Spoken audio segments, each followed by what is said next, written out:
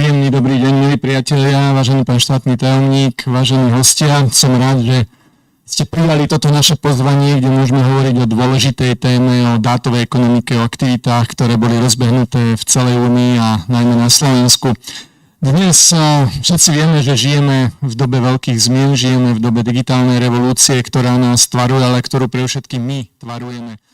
V Európskom parlamente sa venujeme predovšetkým trom témam pre pomoc zvládnutia digitálnej transformácie. Pre všetkým je to prvá téma, to je legislatíva, ktorá je prelomová a ktorá naozaj nás všetkých ovplyvňuje. Európsky parlament bol prvý, ktorý sa začal venovať digitálnej legislatíve a pripravili sme a schválili akt o digitálnych službách, akt o digitálnych trhoch, akt o umelej inteligencii, nedávno samozrejme Data Act. A to sú základné stavebné piliere budovania spoločného digitálneho trhu, ale aj digitálnej suverenity v rámci Európskej únie, čo je aj jedna z tém, ktorej je aj súčasťou aktivita Gaia-X. Tou druhou témou, ktorej sa venujeme, sú zručnosti. Digitálne zručnosti, tie sú kľúčové pre zvládnutie digitálnej transformácie. A do tretice, to, čo je kľúčové pre digitálnu transformáciu, to sú dáta. A o tom hlavne budeme dnes hovoriť, o dátovej ekonomike, o tom, ako môžeme pomôcť zvládnuť digitálnu transformáciu cez veľké dáta, cez ich zdieľanie. A som veľmi rád a som vďačný aj aktivitám na Slovensku a Gaia-X Hub Slovakia, ktorá je veľmi, veľmi aktívna, pre všetkým Martinka Maláková, ktorá naozaj urobila veľký kus práce, tiež je spoluiniciatorkou tohto podujatia, takže veľká vďaka za túto aktivitu. Myslím si, že je dôležité si povedať, že vlastne cieľom tejto aktivity je naozaj posunúť digitálnu transformáciu, pomôcť jednak priemyslu, pomôcť zvládnuť digitálnu transformáciu aj v rámci spoločnosti, ale vytvoriť napríklad priestore pre využitie umelej inteligencie. To je to, čo nás dnes veľmi formuje a to, čo nás bude formovať aj do budúcna. Bez využitia dát, bez zdieľania dát to naozaj do budúcna nepôjde. A myslím si, že je skvelé, že sme sa tu dnes stretli, že môžeme hovoriť o tom, aké sú výhody, ale aj aké sú úskalia tohto projektu a vôbec zdieľania dát ako takých. O Gaia-X hovorila už v roku 2019 prezidentka Európskej komisie pani Ursula von der Leyen práve v správe o stave Európskej únii a je dobré, že spomenula práve tento projekt, že dala tomu veľký význam, odtedy takisto uplynul čas, urobili sa nejaké milníky, o ktorých budeme dnes hovoriť a takisto budeme hovoriť najmä o tom, čo nás čaká do budúcna. Mimochodom práve na budúci týždeň bude pani von der Leyen v Europarlamente hovoriť svoju ďalšiu a už poslednú správu v tomto volebnom období o stave únie a verím, že práve bude hovoriť aj o digitálnej transformácii ako o kľúčovej zmene dneška.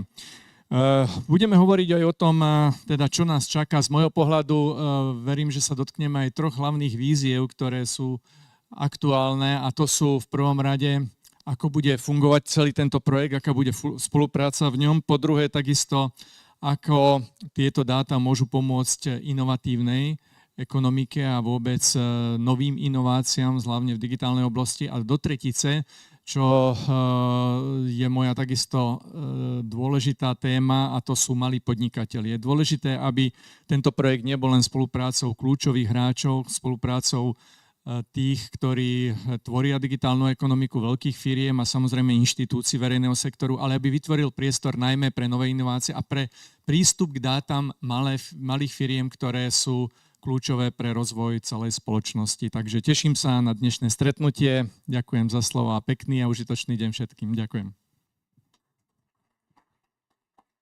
Ďakujem krásne. Ďakujem, príhovor bol veľmi úžasný ako vždy. Ďalej by som veľmi rada poprosila pána štátneho tajomníka, pána Petra Šveca, aby nás tiež uviedol, čo robí Ministerstvo hospodárstva a ako spolupracuje s Gaia-X Slovakia a s Gaia-X. Ďakujem.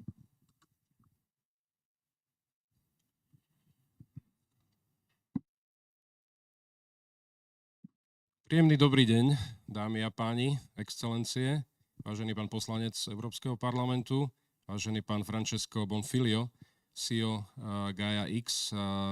Vítajte všetci. Som rád, že sa schádzame ku takejto kľúčovej, dôležitej téme aj pre slovenskú ekonomiku.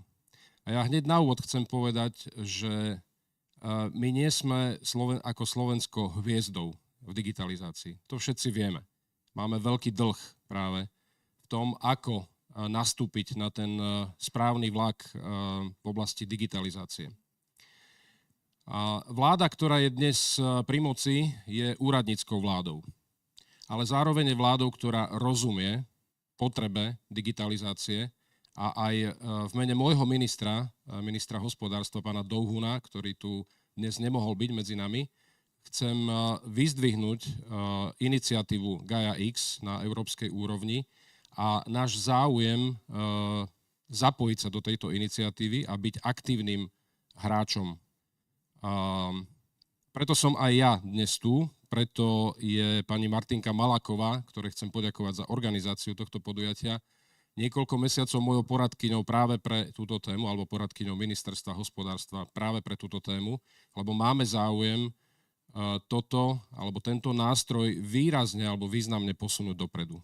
My nevieme, čo bude po 30. septembri, ale ja to hovorím na úrade veľmi otvorene, že mňa voľby nezaujímajú, lebo inštitúcie by mali fungovať, alebo v slušných spoločnostiach, v dobrých, prosperujúcich spoločnostiach inštitúcie fungujú naprieč voľbám, naprieč politickým zmenám. Samozrejme, ten politický leadership je veľmi dôležitý a je dôležité ísť voliť a správne sa rozhodnúť 30. septembra a voliť politických reprezentantov, ktorí chcú túto krajinu posunúť ku modernejšej krajine, ale inštitúcie by mali fungovať bez ohľadu na to, či voľby sú v predčasnom termíne alebo sú v riadnom termíne. Ja som sa v marci tohto roku zúčastnil na konferencii prvýkrát Gaia-X vo Viedni s názvom Market X. Bol to môj taký prvý dotyk s touto témou. Ja som taký klasický užívateľ digitalizácie, nie som expert v tejto oblasti, ale tam som si uvedomil a pamätám si na taký hlavný slogán alebo taký hlavný message tej konferencie, ktorý znel, že svet prechádza od tovarovej ekonomiky alebo takej tej materiálno-tovarovej ekonomiky ku digitálnej alebo digitálne podporovanej alebo riadenej ekonomike alebo hospodárstvu. A to je niečo, čo mi tak svietilo počas celého tej konferencie a dodnes to mám ako niečo, čo je kľúčové a na čo by sme sa mali zamerať aj my na ministerstve hospodárstva. Aj naše hospodárstvo, tak ako aj inde v Európskej únii a vo vyspelom svete, prechádzame mnohými krízami, a teda Európa je tým dotknutá najviac, ale zároveň, a to je aj príležitosť týchto kríz, aby sme akcelerovali tranzíciu, tú tzv. Twin tranzíciu, teda v oblasti digitalizácie a prechodu na zelenú ekonomiku a hľadali všetky možnosti, ako zvýšiť konkurencieschopnosť našej ekonomiky. A teda aj za pomoci dát, alebo aby dáta boli tým správnym nástrojom pre akceleráciu a zvýšenie našej konkurencieschopnosti. Slovensko je, ako vieme, priemyselná krajina. Priemysel tvorí kľúčovú zložku hrubého domáceho produktu. V tom je automobilový priemysel ako ten najsilnejší, bez akýchkoľvek pochyb. Skoro 50% nášho exportu tvorí práve automobilový priemysel. A na celkovom hrubom domácom produkte sa autopriemysel podieľa zhruba 12%, niečo vyše 12%. Sme teda naviazaní na celoeurópsky výrobný reťazec, preto je pre nás dôležité, aby sme európske a globálne trendy vedeli veľmi úspešne a efektívne aplikovať a byť ich súčasťou a vytvárať pre firmy, ktoré u nás pôsobia, to správne zázemie v oblasti digitalizácie. Na ministerstve hospodárstva máme ambíciu a nechceme sa len prizerať a byť len prijímateľom tých všetkých zmien okolo nás.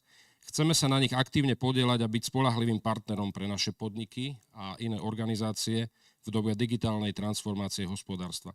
Preto ministerstvo hospodárstva má, respektíve pripravuje viacero nástrojov na podporu zavádzania digitalizácie a digitálnej transformácie a dátového hospodárstva do slovenských podnikov, najmä malých a stredných podnikov. Ide napríklad o otvorenú výzvu na digitálne vouchere, ktorá už dnes je aktuálna a ktorú je možné využiť alebo sa o ňu uchádzať, alebo o zdroje tejto výzvy sa uchádzať. kde je možné využiť, alebo je možné ju využiť, tie zdroje využiť na vypracovanie návrhov individualizovaných riešení pre podniky v konkrétnych oblastiach.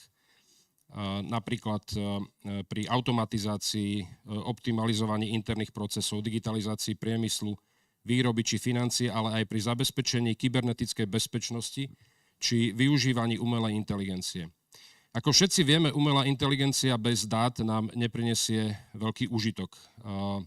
Tá výzva, jej celková alokácia, asi to vy, ktorí sledujete túto tému, tak viete, bolo to publikované, ale ja to zopakujem, celková alokácia je 12 miliónov eur.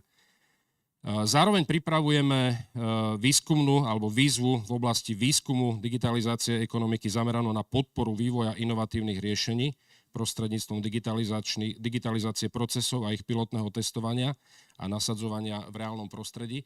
A na tento účel máme pripravenú alokáciu 40 miliónov eur. Je to výzva, ktorú pripravujeme na ministerstve hospodárstva a budeme ju aj my administrovať.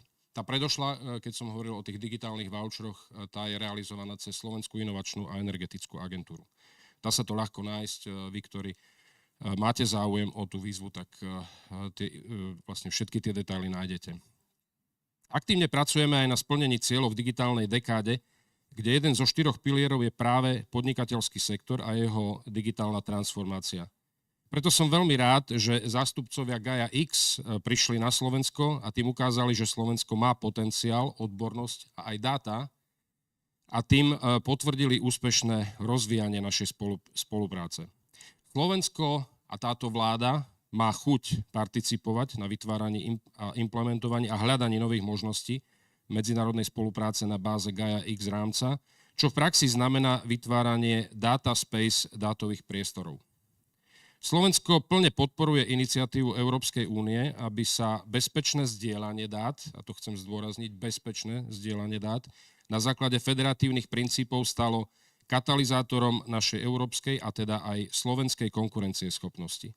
Preto my ako Ministerstvo hospodárstva Slovenskej republiky aktívnejšie podporíme Gaia-X iniciatívu, ktorá bola na Slovensku etablovaná cez Ministerstvo investícií, regionálneho rozvoja a informatizácie Slovenskej republiky. Vidím tu aj kolegu z Míry, takže vítam vás a tým zdôrazňujem, že táto téma je vlastne kľúčová pre tento rezort a my to výrazne podporujeme.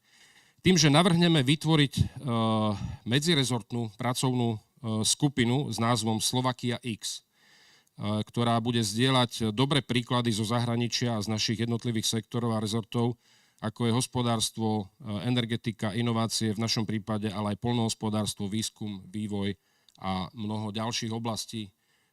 Digitalizáciu vnímam ako prierezovú, ako systémový nástroj, ktorý môže výrazne posunúť konkurencieschopnosť Slovenska a je na nás, je na jednotlivých hráčoch v ekonomike, akým spôsobom sa toho ujmú. Ale je na vláde a na vládnej administratíve, aké podmienky pre tieto možnosti vytvorí. A v tomto smere beriem ako zástupca vlády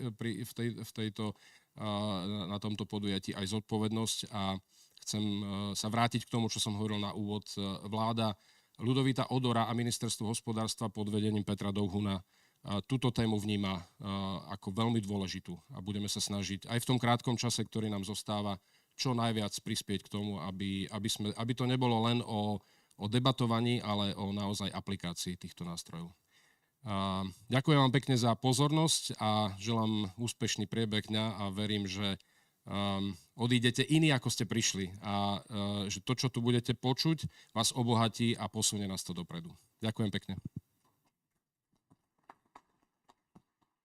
Ďakujem, pán štátny tajomník, za veľmi pekný príhovor a za skvelú novinku, pretože keď v automobilovom priemysle máme Catenu X, v Nemecku máme Manufacturing X, tak som hrdá, že na Slovensku teda sme ohlásili, že budeme mať Slovakia X.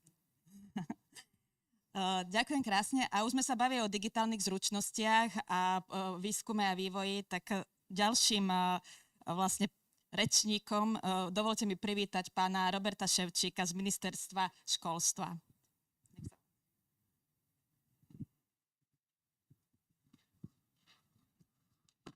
Ďakujem veľmi pekne. Ja som si pripravil prezentáciu v angličtine, ale dovolím si na začiatok pár slov, pár viet po slovensky, keďže je tá možnosť. V prvom rade ďakujem teda, že môžem byť tu, že ministerstvo školstva dostalo príležitosť vystúpiť na takomto evente pred takými dôležitými hostiami, ako sú to páni, ktorí sa už boli spomínaní, aby som na nikoho nezabudol, radšej nebudem menovať. A chcem sa teda poďakovať pani Malákovej za organizáciu, za túto možnosť, že tu môžeme byť. A teda dôkazom toho, že aj ministerstvo školstva dáva dôležitosť data sharingu a týmto iniciatívam je aj teda, že ministerstvo školstva dalo záštitu tomuto podujatiu. So now let's switch to English and start the presentation. Okay, dear guests, ladies and gentlemen, allow me to present you the issue of data sharing and initiatives to promote sharing.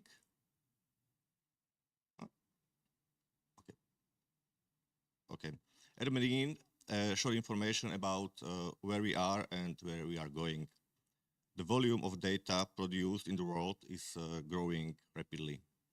From 33 zettabytes in 2018 to an expected 175 zettabytes in 2025. We need to integrate useful or intelligent data into everything we do.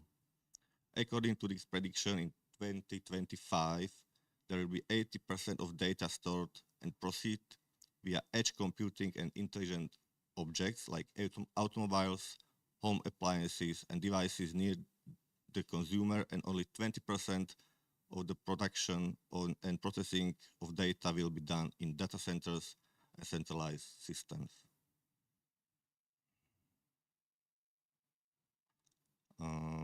Slovakia should reflect these predictions and understand the value of data sharing, because in the next years, the key role in the world of data will play the process which have a common requirement. They need instruments of data sharing. So, where we are in Slovakia? No. Oh, okay. I probably switch one slide. Sorry. So where we are in Slovakia. As in most countries, the volumes of produced data are increasing, and in order to help our society via data, we must know how to professionally process, manage, and make this data available for both the public and private sectors. We have not achieved this situation in Slovakia yet, and data sharing takes place mainly locally in the sector. Professional solutions required for data integration into the society are not and will not always be simple, because in addition to the mentioned processes and instruments, we need a learning society and competitiveness in data sharing. For such development, we need know-how and finances. Therefore, it is necessary to be involved in relevant European and international programs and projects. And which one are they?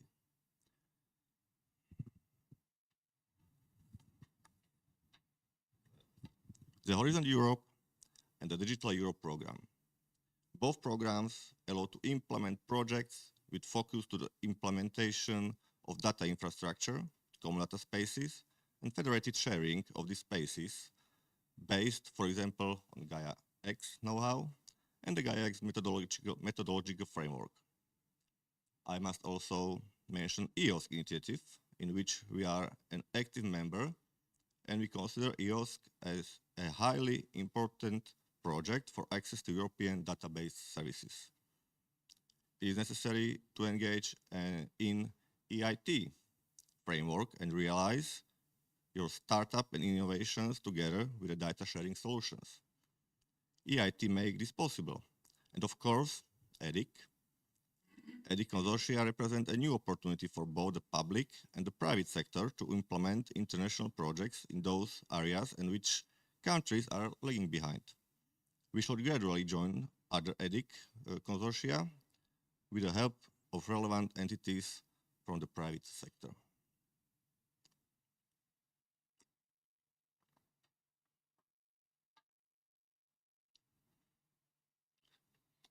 In Slovakia, we are implementing the digital transformation strategy until 2030 and the related action plan for the years 2023 to 2026.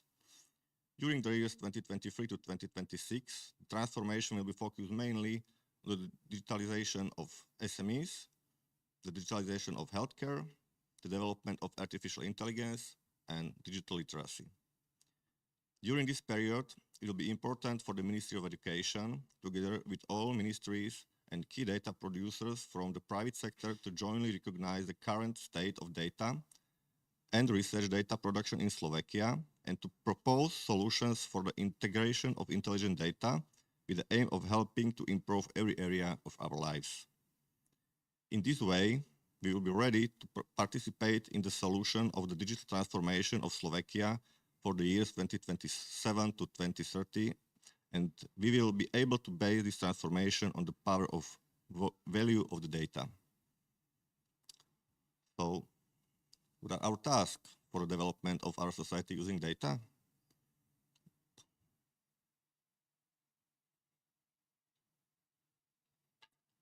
Okay, so we need projects, we need cloud storage, data spaces, federated data sharing, legislation and standardization, professional support, and of course, education. Thank you for your attention.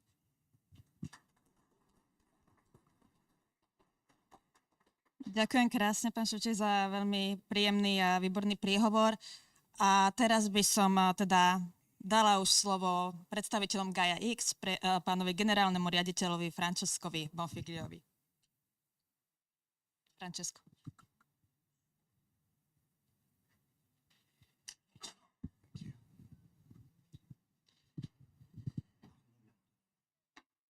Is this mine? Okay. So a warm welcome to everybody also from my side, the distinguished panelists and guests, and everybody. Thank you for hosting me. Thank you, Martina, for organizing this first roadshow, HAPS roadshow here in Bratislava. I just want to tell you that this is the first time we do this. And yesterday we were in Ljubljana, and today we are here in Bratislava. And this is the beginning of something we want to start actually from the next year as a real roadshow, like a rock band touring around Europe and standing in front of the people in every possible country. So we have representatives from the institutions, the distinguished member of the European Parliament, the Secretary of State, and many personalities. But the purpose of today is really to be open to anyone and any question. So really what we wanted to do was to have the chance to come, and like I said, we want to go as possible around Europe and speak to the people and ask people to ask questions to us. Because unfortunately, me and my friends here, Roland and Pierre, we spend all the time on this initiative. You can imagine it's quite intensive. And sometimes we believe people, the hubs, but also the non-members deserve to be told what we are doing and also to have the chance to ask questions. So there is no stupid question. The only stupid question is the one you're not going to want, you don't want to ask. Please be open. Now, what I want to do is hopefully spend no more than 15, 20 minutes, hope no more than that, talking about the future of European digital ecosystem. But that's a big word. And actually what you have heard this morning from my valued predecessors on this stage were words about how the real world of economy is changing. So let's start from the beginning. Is data economy real? Is that something that really all of you believe is a real tangible thing or not? Let's be honest. Some people still don't believe data economy is a real thing, or still distinguish between real economy and data economy. And many people believe data economy is the economy inducted by the information technology sector.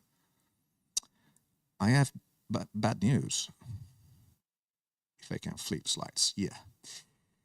Well, this is, some of you may have seen it, it's becoming quite famous. It's a graph developed definitely not by IT people, not by digital people. This is the Standard & Poor Index. So it's the most known financial index in the world. Everybody know S&P 500. So these 500 titles listed represent the real economy for many people, for many economists, for many brokers, for many investors. Look at what happened in 40 years. 40 years ago, the economy was largely, so above 90%, constituted by titles of enterprises developing tangible goods, products, or services. Tangible. Now, 90% of the economy is made by intangible. 90% of the real economy is made by intangible. What is intangible? It's a new type of business related to information. What is information? It's a new type of value that is produced through data. What is data?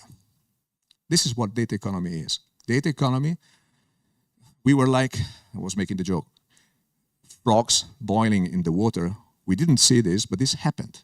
Now our economy is really data economy, most of it, which means our occupation, our schooling, our employment, our health, everything will have to be related to a fact. The future is going to be related to data.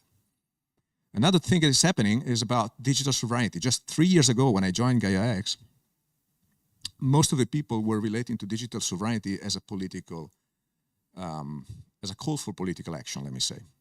It was a clear mandate. Also when Gaia-X was started, remember it was 2019, so it was the Trump administration in the United States. So Germany and France in particular were very active trying to show a clear action against a potentially strong populist and sovereign American administration. At that time, it was very clear. So the reaction from President Macron and Chancellor Merkel and the ministries, Bruno Le Maire and Peter Altmaier, was very clear. We want to build a European response to the cloud, to the non-European cloud monopolism. The translation into action was not that clear. So that was still very much a political action. But it was not still, there was not yet a clear definition of what should have been done. So many people said, okay, Europe is going to build a new cloud infrastructure. We are going to build the European AWS, and all sorts of interpretations. But digital sovereignty started to be a theme in the strategic agenda of every political government. The business didn't really care. So if I spoke to a CEO at that time about digital sovereignty, the answer was, we don't really care. Our customers, they don't really care whether we're using Amazon, Google, Microsoft, or a European cloud service provider. Nowadays, and this is IDC, or you can see it from Gartner or Forrester, which are not definitely European analysts, this is what they say. 80%, so the majority of the CEOs, believe digital sovereignty is a priority for their strategic industrial agenda, and they see it as a real business opportunity in the market, which means producing products which are driven by data which you are sovereign of, and using technology you are sovereign, which means you are in control of, will produce better products, better results, better services, better competitivity in the long run. So they understand this is a necessary move. So put it together. The real economy is becoming data economy. And sovereignty is a necessary tool. It's like, okay, I want to invest in automotive, but I'm dependent from energy, totally dependent from China. It will never fly. So when the first industrial revolution started with carbon and the second with the internet, everybody knew that all the necessary resources were available to everybody. Can we really do a fourth industrial revolution being totally slave of a handful of raw material provider, and the raw material is the technology platforms? We can't. And it's not a fight against America, don't get me wrong. It's a matter of fact, it's a dependence of the new age of the industry, of dependence of the new type of economy. So what is data economy? Data economy is real, is the result of a shift from a product or service-centric to a data-centric value chain in any sector. This is a simple definition I used to report, and I think it's easy to remember. Also, who is impacted? Everybody's impacted. There is no single sector that will not change due to the data transformation, to the data-centric transformation. And the value chain digitalization is achieved through the creation of common data spaces.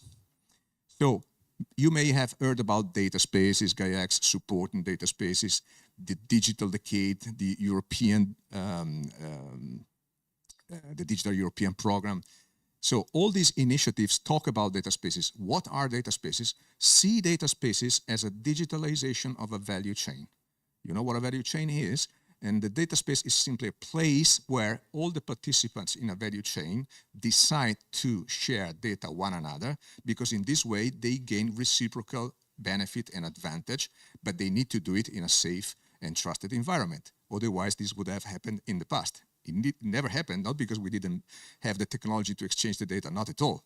We didn't have the technology to trust the people we were exchanging the data and to trust the technology platforms where we were putting our data. That's what we're trying to solve. So what is the problem? The real numbers are these. These are predictions for 2025, which is just around the corner. The European value of data platforms will reach 8 to 10% of the GDP. Europe market share nowadays of that, of the total, let me say, market of data platforms is below 4%. 74% is in the United States, 21% is in Asia. But the fact is that 8 to 10% of the GDP is a tangible value. But that's the tip of the iceberg, because this is just the inducted, it's the revenues from the IT or digital sector.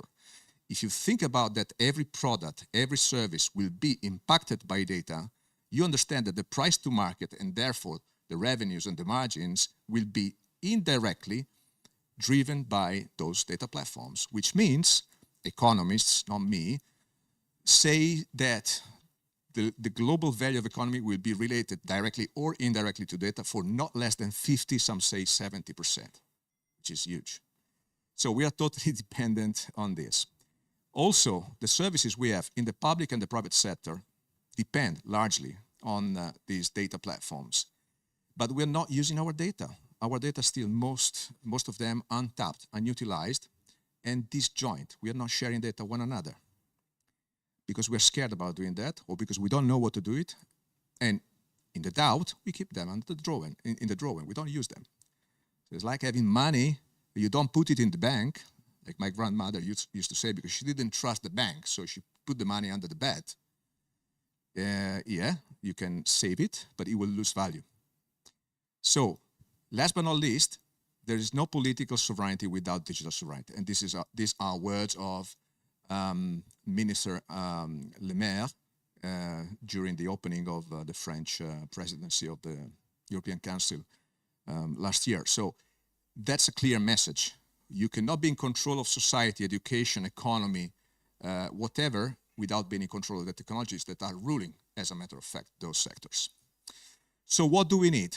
We need to create federated ecosystem, because our economy in Europe is fragmented through many small, medium businesses.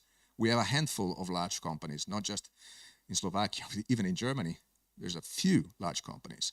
Every country in Europe is characterized by largely 80%, 85%, even more, small, medium business.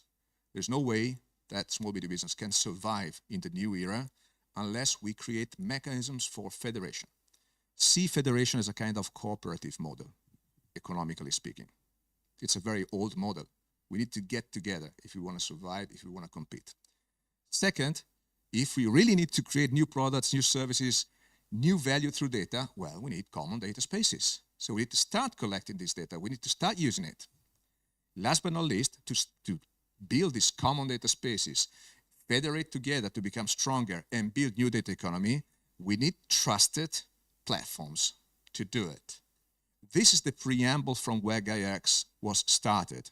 Totally in line with the European strategy, totally in line with the problem, but there was no solution. So we said, all right, let's try to identify what is really the problem and what can we do to solve it. So go back to the roots. So if what I say is really true, somebody told me I'm a good salesman, but I'm not trying to sell you anything. But if you really trust what I'm saying, look at what happens. To build a common data space, what is the magic sauce? Well, you have different players. Typically, producer, partners, competitors, provider, A, B, C. Some are, let me say, in the safe zone because you already work with them. Some are outside of your relationship, so they are potentially competitors you don't want to deal with. Well, if you want to digitalize your value chain, you have to get together. How do you get together? Well, first there is a business problem. Identify the business use case. Why should we work together? Why should we exchange data? What's the value? What's the advantage? And you are a small, medium company. I am a large one. I give you a very concrete example. Gaia-X, which is one of the lighthouse projects of Gaia-X. Huge project, the first one. It's not the only one. Everybody talks about Gaia-X. We will talk about many others. Anyway, BMW, Volkswagen, Daimler get together. Everybody understands this is a revolution in the automotive market, of course. So one day I speak to the CEO of Brembo. Everybody knows Brembo, the brake maker. You can imagine Brembo is a giant. No, they make brakes. They are not OEMs. So their problem is being competitive to China, to whatever kind of producers which are cheaper. So when I explain them, the possibility to join Gaia-X, because in this way you can exchange data and create reciprocal values, I say, stop, Francesco, you don't have to explain me anything. If BMW, Volkswagen, and Daimler are getting together to do something, I have to be there, period. Because either way, I'm in or out. If they succeed or not, it's a different point. But if I'm not in, I lose the opportunity to stay in the market, to strengthen the relationship with those players. We just heard that Slovakia is very much an industrial country, very much dependent on manufacturing, very much dependent on automotive. Should I say very much dependent on Germany? Not at all. So you can imagine that if Germany decides to create a federation, a digital federation for manufacturing, for automotive, for whatever, you better stay in. It doesn't matter whether the project was started in Germany or Austria or France. You better stay in, because if you have been working in that value chain, or if you want to work with that value chain, staying in will give you more opportunity to become stronger, to improve your competitiveness, to strengthen your relationship with your partners and with your clients, to reduce your cost to market, to improve your quality, to improve the part matching, to reduce, to increase the margins because you reduce the cost, etc., etc. So, what is the magic sauce? You need to basically identify a common business case, build consensus, sell inside the organization, find common outcomes, offer reciprocal and balanced outcome. Now look at the technical problem. Okay, what do we need? We need to trust each other's identity. We need to trust each other's data sources. Why should I trust your data source? We need to trust the way you access my data and I access yours. We need to trust the way you use my data such that you use just the data I make you available, not others. So the so-called usage policies. We need to trust the mechanisms we use to govern the federation. We need to trust the federator, which is the kind of intermediary in the Data Governance Act, which is already active. We need to trust the technologies we use. In a word, we need to trust. So the technological problem is not data exchange. The technological problem is not the cloud platform name or even the location of the cloud platform. The technology problem is you need to use a technology that help you trust, building trust. So you see the paradigm shift. Technology has always been seen as a way to automate, digitize, and collect data from sensors, from all the sources, aggregate, correlate, apply algorithm, Gen AI, large language model, whatever you want. Now, the paradigm shifts. We need to use technology to trust technology. We need to use technology to trust the participant in a digital collaboration. The problem is even worse because, yes, of course, you need to build a common trust framework, and that's what Gaia-X does. This is at the core of what we deliver. But think about, you have to do it now in Slovakia, so you build your federation of small, medium manufacturer in the automotive place, in the Slovakian automotive industry. Fair enough. Then you want to work with the same federation that was built in Germany and maybe in Japan. And then you talk to each other and say, okay, what trust model did you use? Well, I used mine. What did you use? I made another one. Oh, I'm thinking to build one from scratch. You will smash your face into the same problem. So when you see ecosystem of ecosystems, the problem of trust becomes bigger because you have to trust the other's trust framework.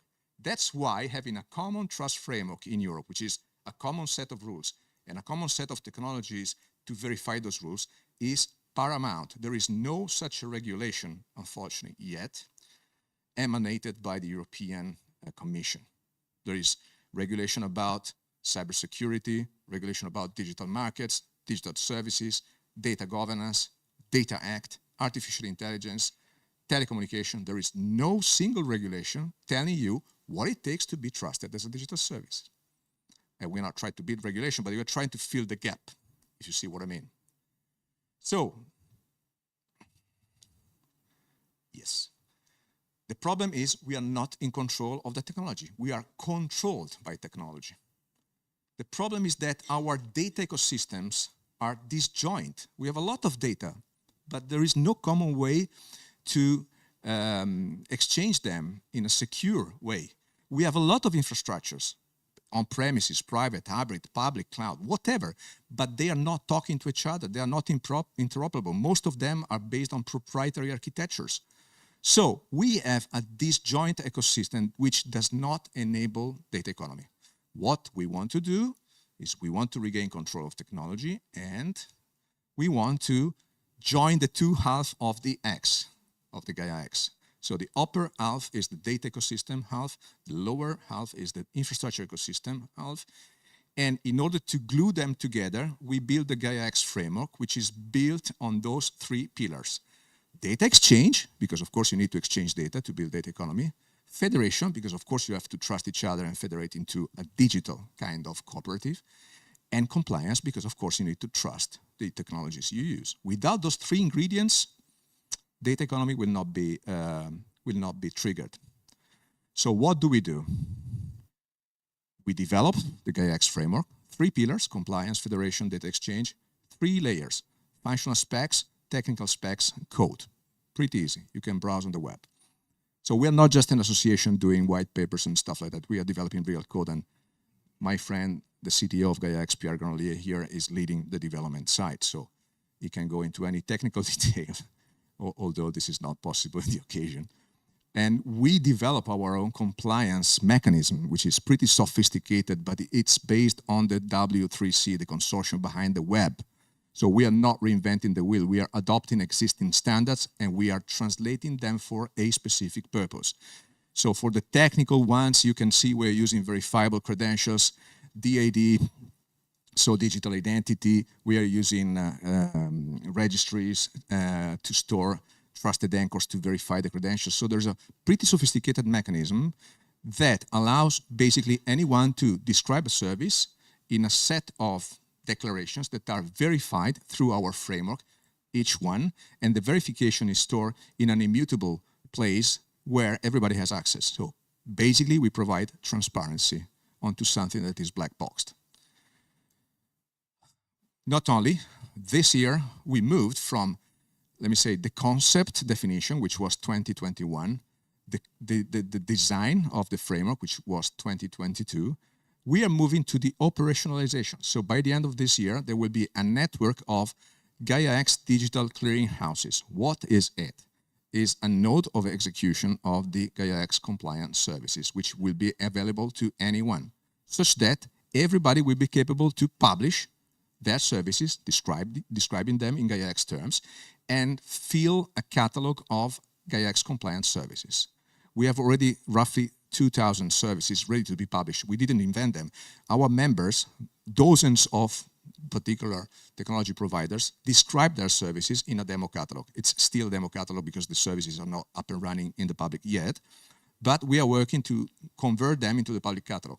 So 2,000 is not much, but it's not nothing. You can imagine this will be tangible in Europe.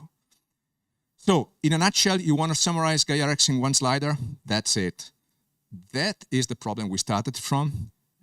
The split X of this joint data ecosystem and this joint infrastructure ecosystem. The need to rejoin them through a common framework that provide data exchange, provide for data exchange, federation, and compliance mechanisms, and the operationalization of these services in a way that is accessible to everybody and anybody.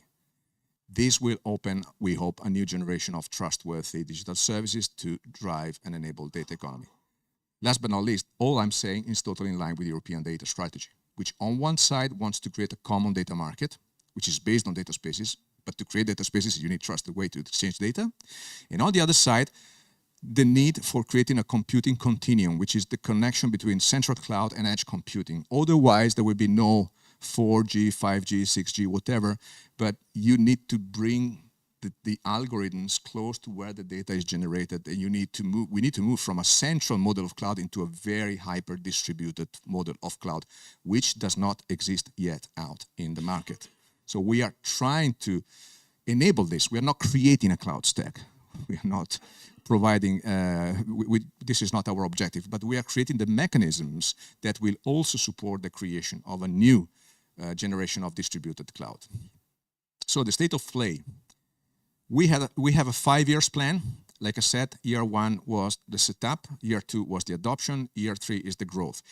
We are in year 3. As you can imagine, as you can see, the maybe you cannot read it, but the end result of year 3 is the turnaround. You see on the right side, ASBL push at the top and market pools at the bottom.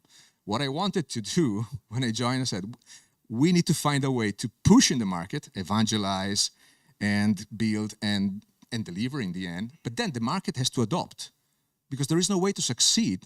We cannot convince the market that what we are saying, what we're doing is good. It's the market that will decide whether this is useful to the market or not.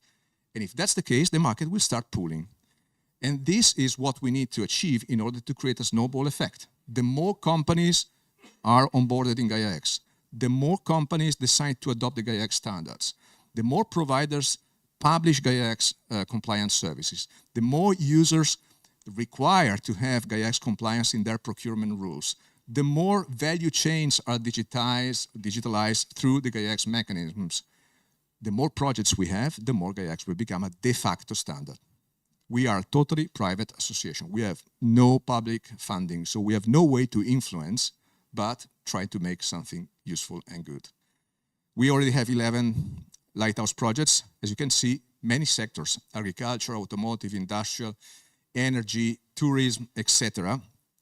And we have others coming. There is one on skills, for example, that will be added shortly. But besides these 11 or 12 that will be, we have 100 projects, roughly. We have a pipeline of 100 projects that are adopting the Gaia-X standard. Where do they come from? The different hubs. So we hope the Slovakian hub will start soon developing their own projects and joining existing projects. This is important. Don't start from reinventing something. Look at what exists and try to understand if any Slovakian company can fit into any of these projects. I can recommend for sure Catena-X, but also ProGigant is a very specific project on manufacturing, started by Austria and Germany, started in Austria, and it's an Austrian-German collaboration, very specific for small, medium business in the manufacturing area. Yesterday, we had a demo of this in Ljubljana, and it was very much appreciated. The Slovenian economy is very similar, possibly smaller than Slovakian, but very industrial-centric. Okay. We have a demo catalog ready to become a real catalog, and this is just to show you what happened in the last 3 years. So some people believe that Gaia-X is late. Honestly, I think a lot of work has been done by the association in these last 3 years. We have a plan, a 5-year plan. We're still walking. We have a structure and organization. We have a scope defined. We have designed the framework. We have designed the compliance model and the trust framework. We have implemented it. We have developed the demo catalog. we have the list of projects, and we are delivering the Gaia-X Digital Clearinghouse. Next event is the summit in Alicante, where you will see all the results that we are still working and in these weeks summarized, and I think it will be very, very important to attend there online or physically. So almost 380 members, many working groups, all working for one single mission. And just a summary of the figures that we have grown from 21 to now. So a lot has been done, and I hope this will be interesting for you, and we will discuss also in the next panel whatever you want to ask about it. But I wanted to close on this slide. I think Gaia-X can be seen as a kind of European Union for data economy, because we do need to put together all these dimensions, the economical dimension, the political dimension, the technical dimension, in one single go, in one single solution. And if Gaia-X has got some merits, I believe it is because we tried to combine all these different dimensions in one single solution, trying to shape one single problem.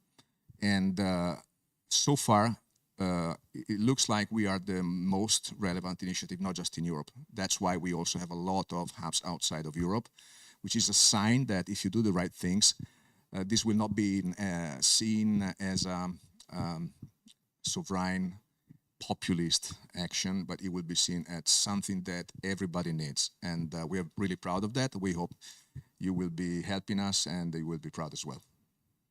Thank you.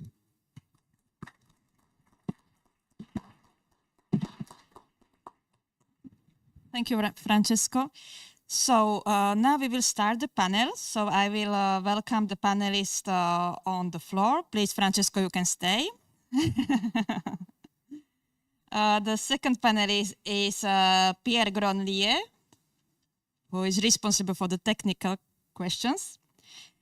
The third panelist is Mr. Roland Fadrani, CEO of Gaia-X. And the last is from Slovakia, Mr. Emil Fitos, the chairman of Slovak Center of Digital Innovation. So, thank you very much. I will ask a lot of questions, so it will be really open, so you can ask also the question from the public. But at the first time, I will continue with Roland, if I may. How we will operationalize it?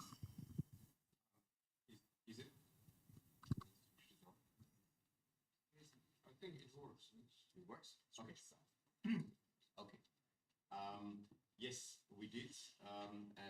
As Francesco already said, it's through the digital clearinghouses, because we had a very simple problem. We came up with an idea how we want to execute.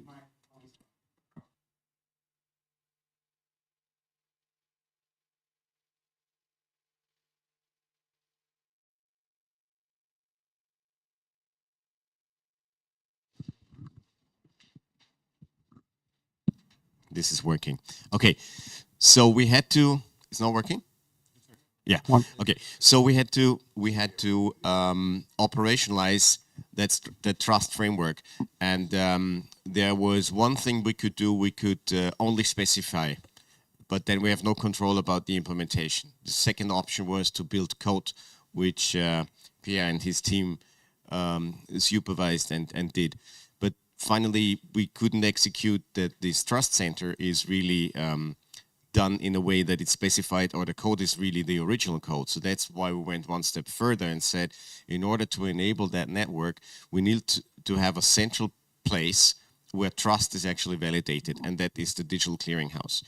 And so there are three mandatory components, which is compliance, let's give it one for more.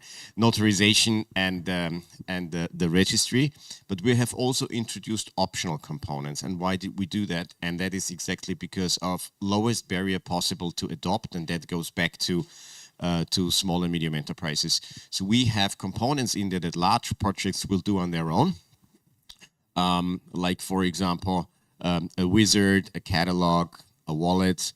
That is something they will produce. But small companies need as much help as little entry barriers as possible.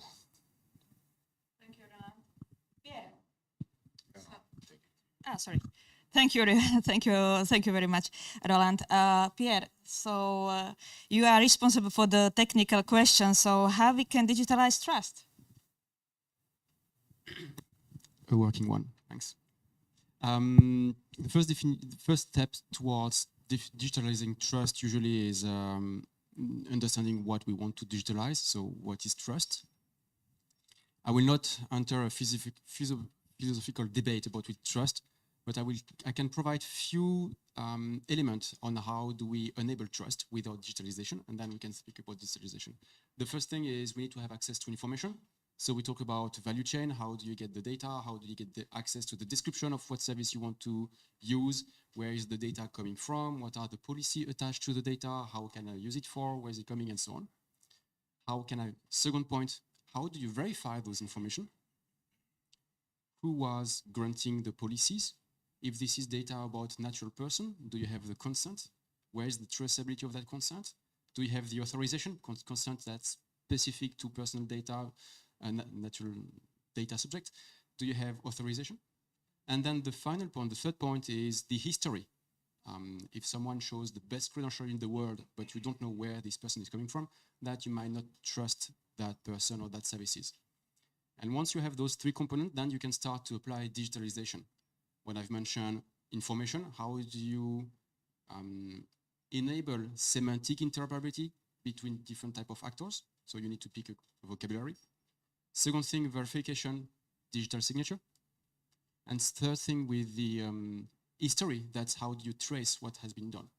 And there are challenges, for example, traceability. How do you also implement privacy and confidentiality of business information? So that's how we work on digitalization of trust.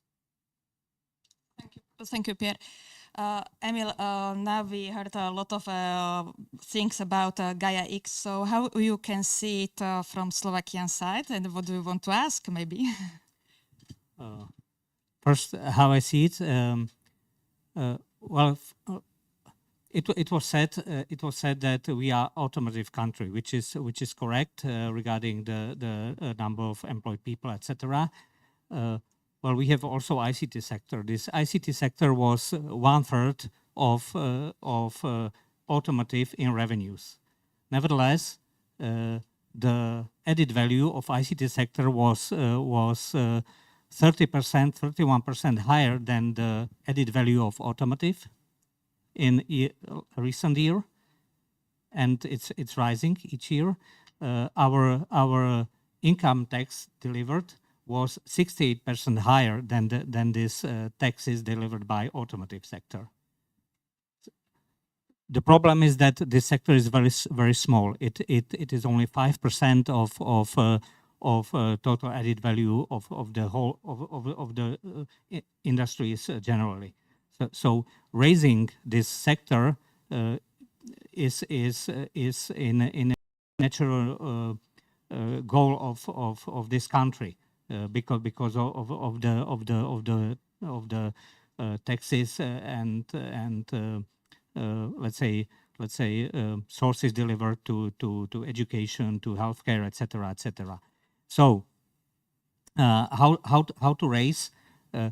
Once again, we are a country of manufacturing. 1/3 of people is employed in manufacturing. 32%. This is high second level in Europe, maybe in the world.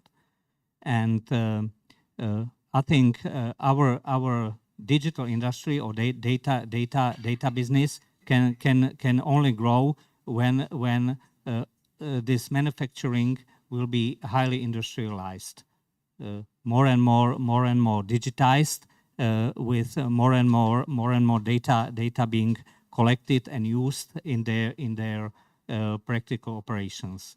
There are several ways how to deploy, how to get use of the data in the business. One of them is to use data for improving your operations, which is exactly the case of Slovakia. The second is using the customer data or the data about usage of your product at the customer side for improving your product. This will be of high value because we want to deliver to final customers. We are B2B economy until now, and we want to raise this approach to final markets, to final customers. Another approach is to use data as assets for delivering additional services. I think there will be examples in Slovakia, but I don't think this will be the majority. And fourth case is using data for interconnecting the customers.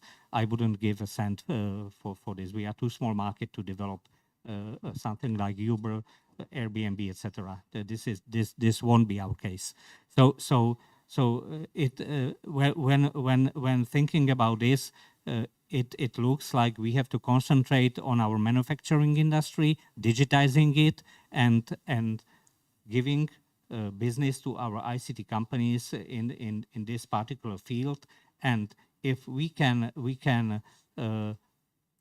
bridge the gap between different industries and ICT using trustworthy environment, which can be provided by Gaia-X, then we will go for it. Unfortunately, we are in our minds in greenfield situation. We have to learn much more about this. So we don't know enough to step into this world.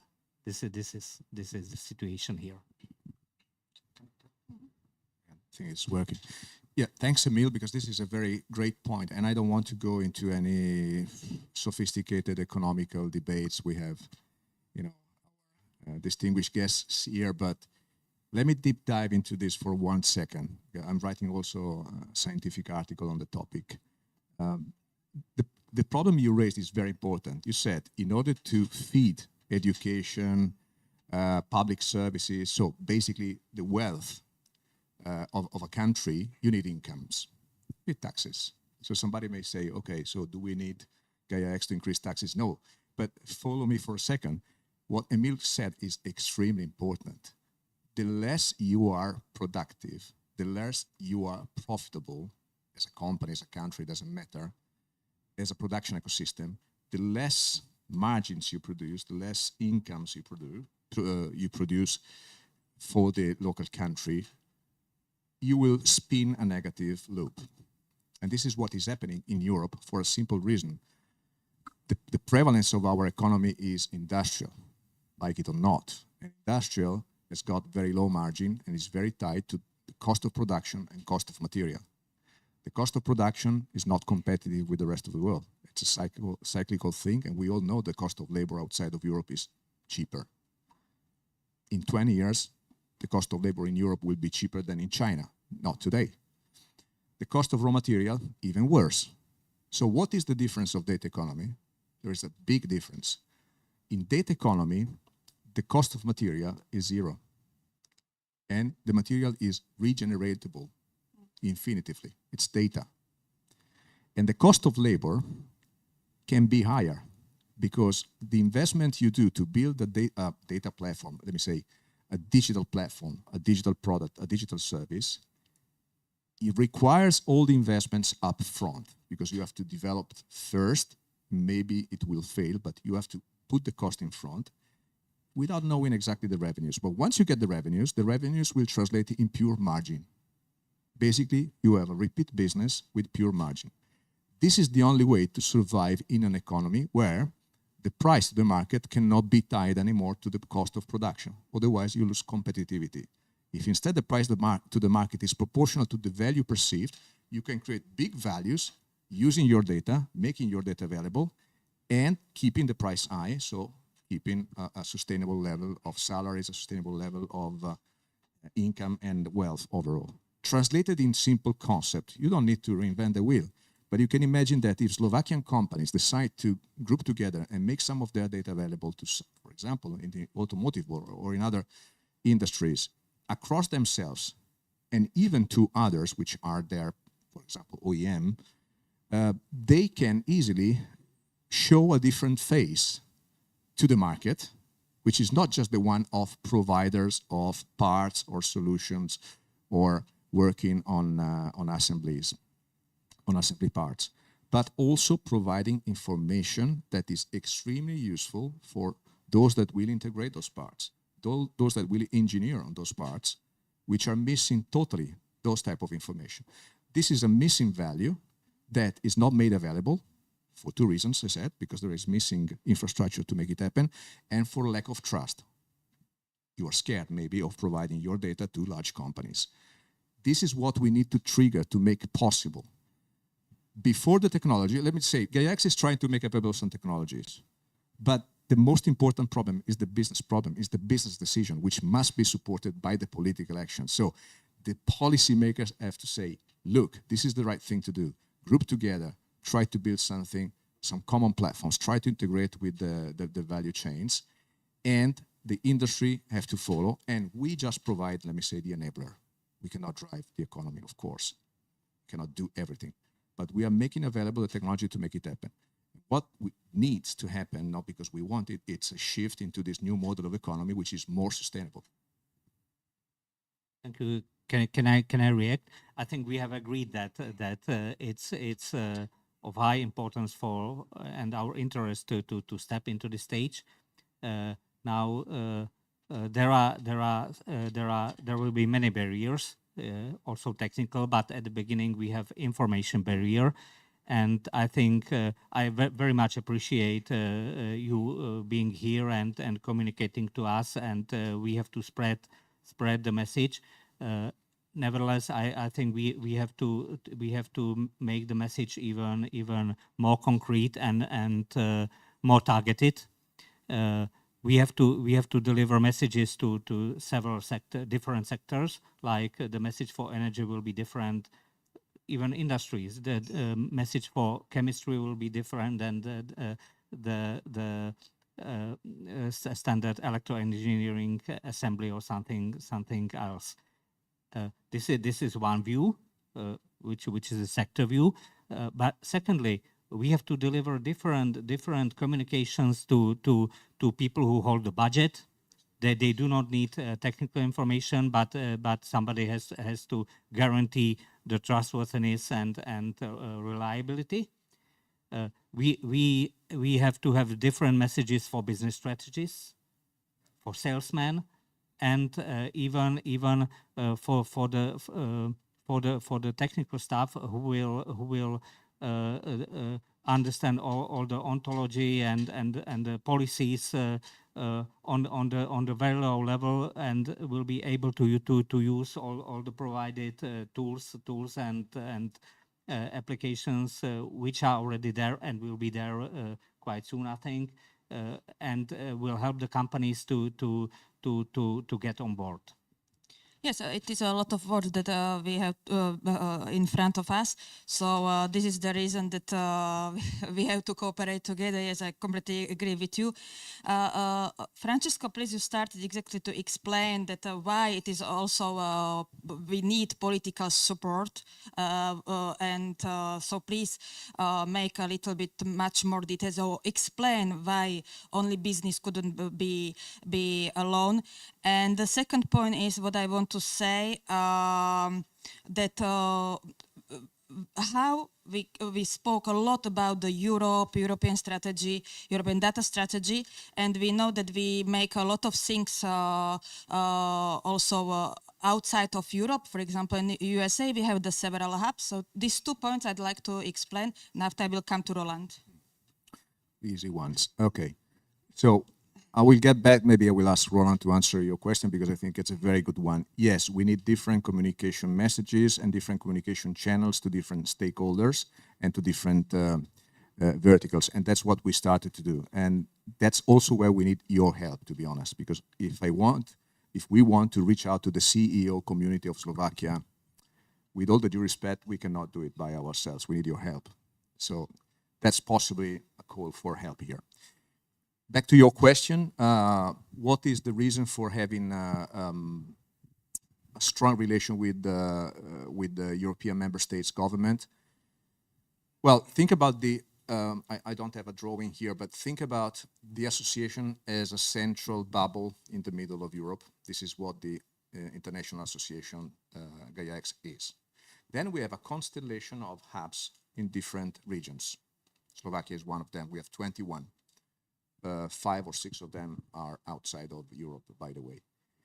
Then we have a simple rule to, let me say, set up a new hub. So when we set up a new hub, and Martina knows very well, we only ask two things.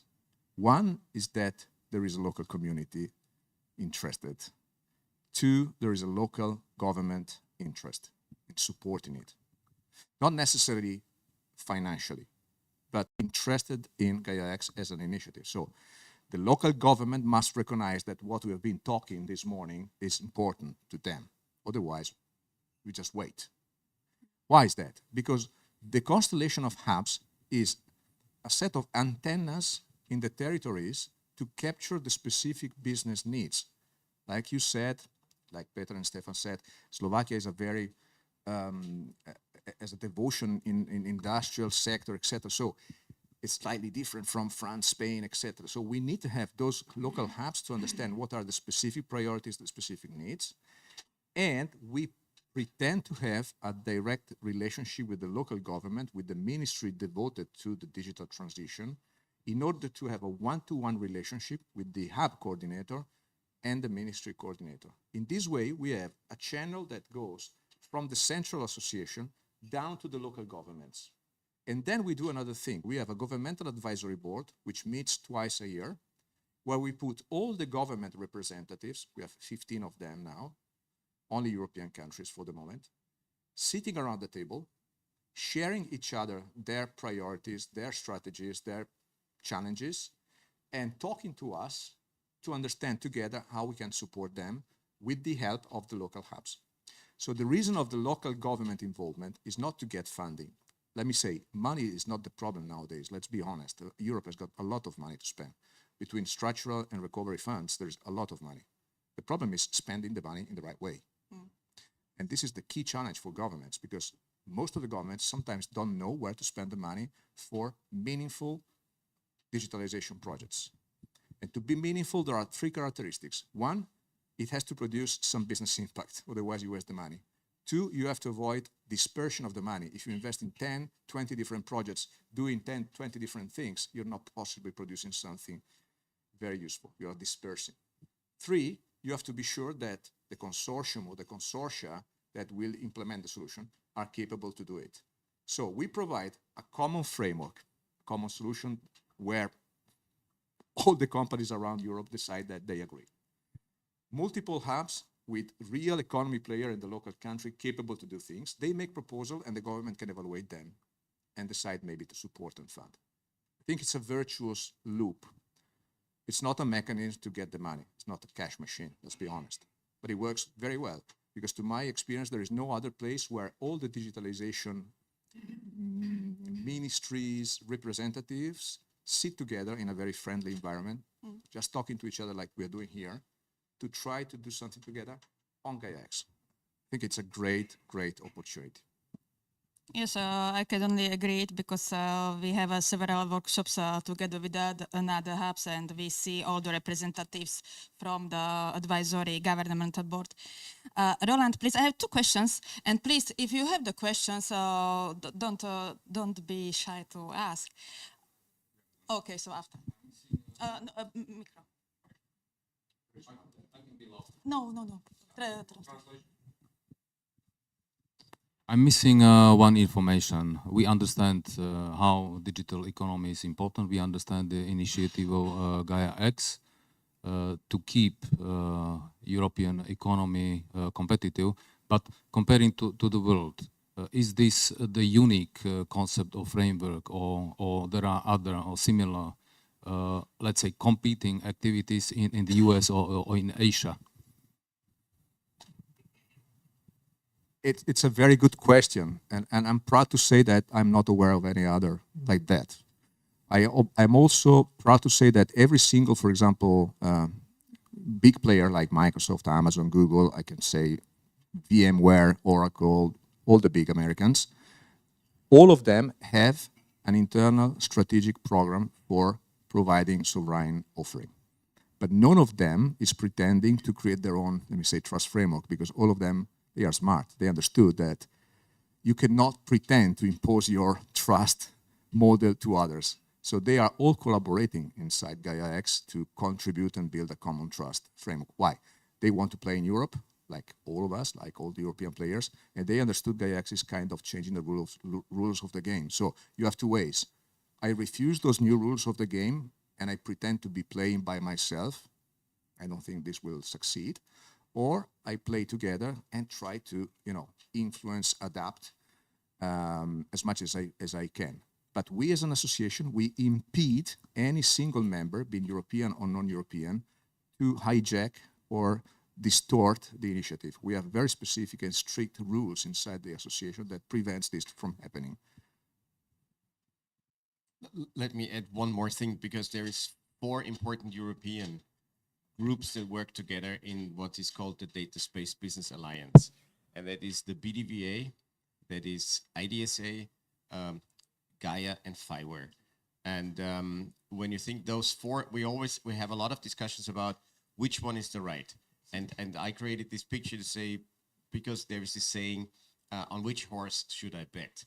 And the thing is, you need to understand, those are not 4 horses that are racing. These are 4 horses carrying 1 car. Okay, so this is really what we're trying to do in Europe, and I think it was founded, Francesco, bit more than a year ago, so that we say data exchange or data interoperability is really the core domain of IDSA. Trust and interoperability is in the core domain of Gaia, and so we try to make sure that each of those organizations that represents a large number of members on each of them are working together in Europe. So considering we had the business and already the operational point of view, let me add the technical one. Gaia-X is also not yet another technical stack that you deploy. In fact, the technical footprint of Gaia-X is rather small. One of the things that is unique about Gaia-X is, first, as Roland very well articulated it, we work with other initiatives and we work together, not like competing which one will have the biggest market share. The second thing is we also adopt a lot of the existing framework regulations that are out there. We reuse the European blockchain service infrastructure. We reuse the European blockchain, the European semantic interoperability framework. We lean on a lot of existing standards, either de facto or de jure, so things that are widely adopted already on the market. We align on the same technical specification than FIWARE, W3C Solids, other initiatives that share data, that tries to build this common framework for edge to cloud. I forgot about that. Out to cloud continuum, computing continuum edge to cloud. So that's something that is unique. The last point, one important thing about Gaia-X is also the relation with the government. I mean, Gaia-X without the GAB, without the governmental advisory board, to get this feedback from the states will be less impacting. And I believe that no other organization has that. Yes. Okay. My name is Iveta. I am from the Ministry of Economy. Thank you very much for inspiring discussion here. And I think I have a question to you, Francesco, most probably also to you, Pierre. There are a lot of players in the market outside of automotive industry, maybe services. I have a specific example of insurance sector. Do we have certain project and an example that we can consider for these players who are in a difficult situation due to, you mentioned that already, Pierre, data on physical persons, confidential information, how to deal with such a situation, such a sector? Do you have anything to consider potentially when we join you in Alicante, where you plan to present your projects? Please help me there. Thank you. I will keep it short and then you complement. We do have projects in the insurance, in the health, with hospitals, with doctors that explain how they work, because Gaia-X is not going to replace the expert domain. That will be a bit selfish or wrong. So we listen a lot about what are the requirements. They are constrained, and the regulation is already applying a lot of constraint on them. And we help them to digitalize. So it's a panel. We don't have the time to necessarily go deep dive in every possible technical implementation that we've done work, but I will be very happy to have either further discussion after, offline, in Alicante. So short answer, yes, we do have initiatives that help us to answer those challenges. Yeah, just quickly, there is both technical mechanisms to deal with personal data consent, which is fundamental for those type of sectors like healthcare, insurance, but honestly, there is no sector that does not use personal data. So this is going to come. So Pierre is working very heavily, for example, the identity management technologies that we use inside the framework, because if we use the same technologies that are used also for personal identity management, is better. And if we embed mechanisms to grant the consent of personal data, we can enable those type of businesses. Second, we have working groups that are dedicated to specific verticals. So healthcare is one of the biggest. Insurance is not as big as healthcare, but the problem in the end is the same. So forget about the domain. If you need to get access to the personal data, you need to have a framework facilitating it. Otherwise, you're stuck at the beginning because you don't know how to overcome that problem. And I think this is where we're helping. So the answer is yes, both sides. On the business side, you will find the members that can bring their experience. On the technical side, you can find now, and in Alicante, of course, some technical examples that explain what we're doing in order to deal with that. It's the week of the 6th of November, if I remember well. The invitation will come. The invitation, Invitation will come. Invitation will come, yes. We have another. Yeah, sorry. One short thing, because it was in Francesco's presentation. There was this trust framework explained with the 3 pillars. And the first 2 pillars are under the governance of the ISBL, and that is the basic, compliant, and the labels. And the 3rd pillar was industry specific, and that is where the industry vertical, need to execute governance, decide on criteria or have regulations, and decide on trust anchors and conformity assessment bodies, but you can use the same technology to verify them. We have the question. Hi, my name is Pavel Fukac. I work at the Ministry of Informatization. I've been covering Data Governance Act and Data Act, the legislative processes on the EU level. I was wondering, Francesco, in your presentation, you've mentioned the concept of data intermediaries. And since we are quite close to the application phase of the Data Governance Act, I was wondering what are some of the questions or challenges you would specifically pay attention to in the implementation phase to better facilitate the development and collaboration within the Gaia-X project, let's say on the Slovak level? Thank you. Yeah, I'll try to give a short answer because I think my colleague can add on this. But you touch a very good point. The GA is active, and the implementation of the intermediary concept is a very difficult thing, because it requires that basically you, as owner of the data, cannot treat your own data. You need to rely on someone else doing it. Let me oversimplify it, which is a matter of trust again. So what we are doing, our members, our projects are doing, they are facing the problem. So we have projects like Gaia-X and others that have faced the problem. Who do we trust as an intermediary? The translation of the intermediary into the Gaia-X framework is the federator. The physical implementation, and Pierre, I'm sure will correct me because sometimes he is a CTO also, but the physical implementation of the federator is the digital clearinghouse. So we translated physically a conceptual model that is mandated by the DGA in a way that is understandable and implementable. To give you a concrete example, Gaia-X, which is this federation of manufacturers, decided to have T-System as the federator, and intrinsically it is acting as the intermediary. Why? Because they trust the system not as a competitor in the automotive place. Pretty easy to understand. We can't help it. It's a business decision. But also they trust the fact that T-System is using the Gaia-X framework in order to govern the federation. So the combination of our framework technology and an implicit, intrinsic trust between business parties is the implementation of the intermediate. It's a difficult question because we will learn with the DA and the DGA within the coming months. I prefer to answer that question with an example from the GDPR. GDPR was created a few years later. We are 5 years after it entered in force. We are still struggling with it. and by we, I mean everyone here in this room, have the consent management pop-up on every website. We don't know at the end really who is getting it, what is it being for. You use the email and then you receive marketing from another company and you realize that it was anyway sold to some agency doing advertising. So GDPR by itself, which is fairly now known to the public, is still a challenge. It's already a challenge.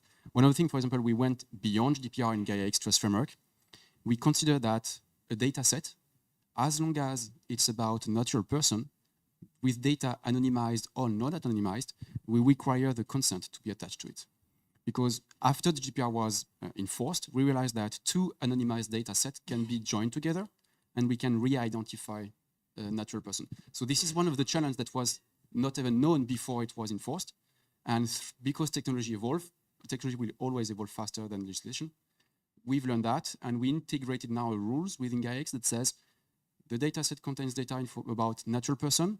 We don't even ask if this is anonymized or not. Where was the consent granted and the authorization granted? So sometimes that can be seen as a burden, but data is not sometimes exchanged, not just because I'm afraid that the data will be used by someone else to do something I don't want. Data sometimes is not used by the consumer saying that, am I really want to take the risk to use the data to train, to use something for my product? Not knowing that maybe someone later will complain that I've been using his data and the consent was not really traced or tracked. So the usage of the data is not just a worrying or fear, a risk, a risk assessment from the producer, but it's also a risk assessment from the consumer point of view. And to answer then now about DA and DGA, I think that we will learn more about the challenges within few months, and we will adapt to that. Do we have another question? Okay, you can always come with the questions. I see the State Secretary from Agriculture. I'd like to ask maybe how the data sharing Gaia-X could help also in other sectors, because we spoke a lot about manufacturing, which is normal, but I will be happy if we can share some other ideas. Yeah, we have a lot of lighthouse projects. We have seen them, and I think I will start from automotive again, because when you think about automotive, it can't be seen as a closed shop between the OEMs and tier 1, 2, 3, whatever providers. But when you look into the European strategy of electric vehicles, it's obvious that at some point the automotive data space need to kind of find a way to negotiate terms and integrate with the energy and utility data space, and consequently with smart cities. And when you see that view, you need to see there's different lighthouse projects at the moment. They are representing different ecosystems. But the beauty is that the first ones had the burden that they had to build the entire stack. So they had to build the infrastructure, they had to build the data space capabilities, things like a trust framework, interoperability, federation services, and so on. But at some point, we will have a lot of those available, and it will be the T-Systems and Arubas and OVHs of the world that are creating those infrastructure plus the data space capabilities, and they will have something like data space as a service. And that will accelerate the digitalization. So it's actually what we try to deliver with standardization and the clearinghouse is a decoupling between the business application and the stack. And that will allow different industries to adopt fast. So for example, we have an initiative also in the finance industry where they try to automate compliance. So they have a lot of compliance rules. We have a large project in the energy sector, which is Omega-X. We have a very large project in the agricultural area, which is AG Data Hub. So it's really the lighthouse projects are well spread over different industries. If I may add to that also, thinking about the software engineers that might listen or hear about that, and the engineers overall, that this afternoon or tomorrow we'll go back to the desk and say, okay, there was a nice presentation about data, digital sovereignty and so on. What does it change on my daily activity? Data doesn't flow on rainbow. And no one is waking up in the morning creating virtual clusters of virtual machines just for the fun of having some IT resources. So data always is attached to compute, network, storage type of resources. And you always deploy compute, network, storage resources to process, store, transfer data. And one of the things that is unique also about Gaia-X is that to take care of both layers. You have the data layers, you have the infrastructure, and one cannot work with the other. I mean, from data engineering, increasing storage, that might just be a cursor that you put on a web interface. And for the person in the data center, data, that's the hard drive. So those two layers need to talk together to understand each other. And when we work on software development, on software solutions, technological solutions, we always include software and hardware. If you want to build trust, one of the components, the second one was, are you able to verify where this is coming from? And this is something that you see in the manufacturing. Your part is a physical part. When you want to build trust in terms of cryptographic tools, you need to rely on hardware. And this is something that we really consider on a daily basis in Gaia-X, that how do you join? It's not just a fancy virtual digital world. You have digital twins, you have manufacturing, and you need to anchor that into the hardware parts. Emil, please. Yeah. So if you have a question, don't be shy to ask. I have the question to you. How do you see this big announcement about the project Slovakia-X? I have heard this for the first time. Yeah, it was the surprise.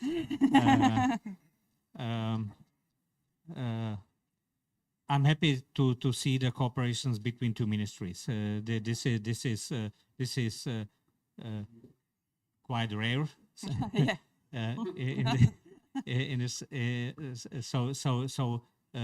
very good. The question is how do you want to tackle the real need, the real demand, which is somewhere out there in the industries, in different sectors, and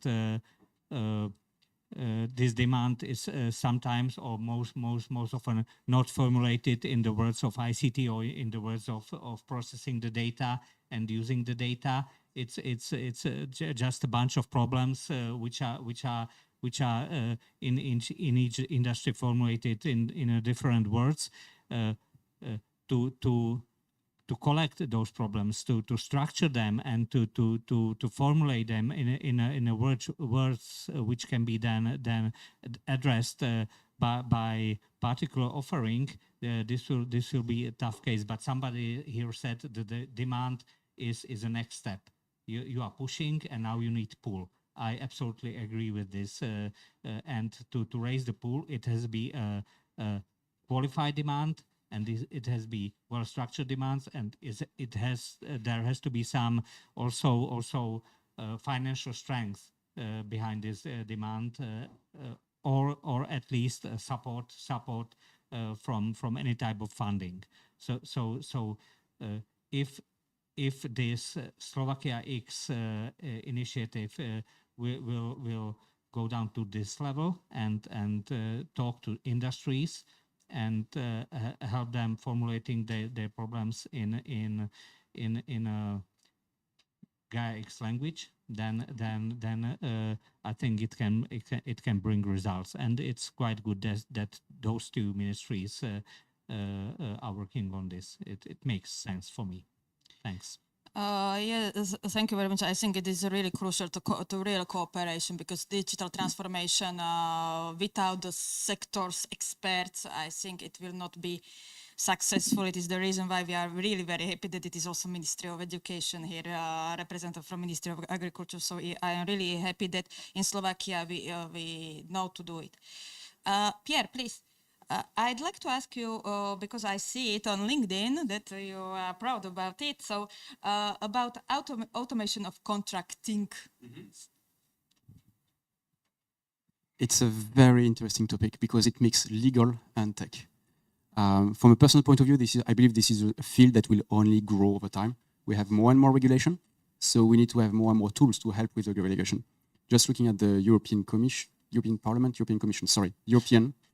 legislation, all the acts that are coming up, AI, Digital Market Act, Simple Data, I mean, we have thousands of them.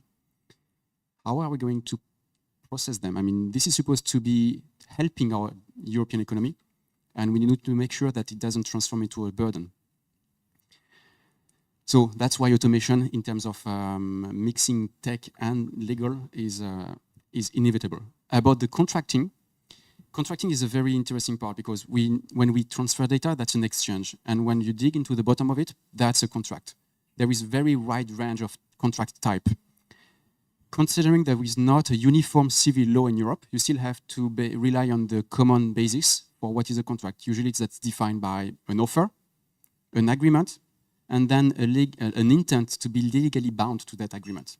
And it goes from signing a paper in front of the notary for buying an apartment, a house, a building, to putting a €2 coins into a vending machine. Those two extremes are contracts. Helping with the digitalization, automation of contract, 2 steps. The first one, you can automate or help.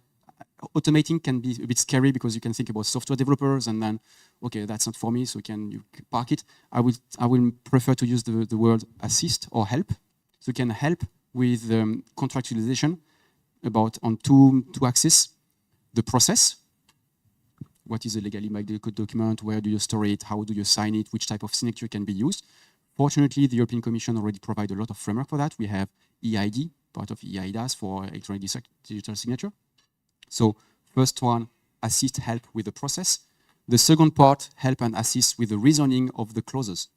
So once you have the contract, do you have a template? Do you have similar terms in the contract? And reasoning means that you can, again, help with the negotiation of contract clauses using tools. I can use software, computers, but again, I prefer not to scare non-IT people here to say assist using tools. So that's what I meant by automating contracting. It's helping with 2 steps, process, and then the reasoning of the terms of the clauses inside the contract. And we do have an increasing number of tools at our disposal right now to help in that area. Thank you. Roland, you mentioned a lot of time this Gaia-X clearinghouse. I think it's called clearinghouse, but it is not clear. So I know that maybe to really explain and to see, because I know that in Austria they work or they have already Gaia-X clearinghouse, and to explain how, for example, in Slovakia we will need our clearinghouse, or how we can be in touch or use another, or how will it be functional? So first of all, the idea of the digital clearinghouse was really something that actually we 3 invented last year because of some trouble we had on making sovereignty real. And the principle that has not been touched too much so far is federation. So we have federated services, meaning you don't have a single point of failure. You can have, in theory, an endless number of clearinghouses. And we are also not selecting clearinghouses. We are creating a contract, and any provider that is willing to run the business, is willing to adhere to those clauses, can apply and will become a clearinghouse. So that is totally open. And that's why I say this is the democratization of trust, because you can have any kind of clearinghouse provider as long as you stick to the contract. It doesn't need to be that all people that are sharing data need to be in the same clearinghouse. That's the concept of federation. Maybe Pierre can talk more about this. But the thing is, you can have clearinghouses in Slovakia. You can use clearinghouses from somewhere else. And if you do business, for example, with a company in Austria or in Germany, an OEM car maker, they will have T-Systems, but your local company may use a local ICT provider who has become a clearinghouse in Slovakia. So it's really completely open. And that is also part of the concept of trust, because there is not a center and a tier 2 supplier, for example, need to trust the trusted partner from BMW or Volkswagen. No, you can use your own trust anchor and you use your own digital clearinghouse for that part. Thank you. I'd like to ask you, Francesco, and Roland too, because and Pierre too. So about not our roles as a hubs, but about our hubs network. How you see it? Why it is great to be there? Because I have only really the good, positive. I think not only impact on our association, Industry Innovation Cluster, but I see a very nice, good impact, for example, on universities. We bring a lot of universities in the project based on Gaia-X. Also now the companies start in Slovakia really to be involved. So this is my question. Okay, I think I answered already partially before saying that the constellation of the hubs is for us a necessary mechanism to identify real business opportunity in the different markets, in the different regions. But I put myself into your shoes, like, okay, I'm not a member, why should I join Gaia-X or why should I work with a hub? Now, you have seen we have 370 members, 380 members. So if you go on the membership list, the member directory on our website, you will very probably find companies and which are our members that you cannot reach out to. You cannot speak to them. You don't have an idea of how to make business with them or share an idea with them or maybe collaborate in a common project.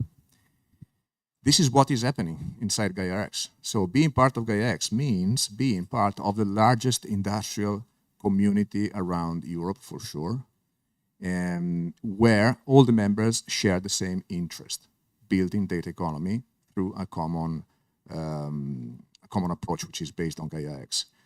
So it is a great opportunity for, like you said, for business, but I want to highlight again, small, medium business in particular, because they typically don't have access to the large giants, and academics, because academics is important, in particular to trigger the innovation ecosystem, if it is innovation for the purpose. So innovation and development, not just innovation and research. So inside Gaia-X, there is an opportunity for universities, research institutions, etc., to work together with business partners to implement innovation in real business cases. So that's, I think, the summary. Thank you. Roland? You have to add. I really don't know what to add. Okay, no, it was exactly, no problem. It was for fun. Emil, please, really, we will finish really at 12. So if you have the questions,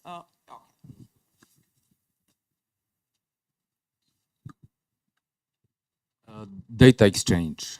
Data exchange is about safe networks as well. For me, it's a natural question because I come from Ericsson. My name is Anton Ziak. How your concept embrace networks and 5G, which is the topic. How do you cooperate with other initiatives in Europe? You want to take it? We have short. We have many projects. One of them, maybe you have not seen it, is Structura-X.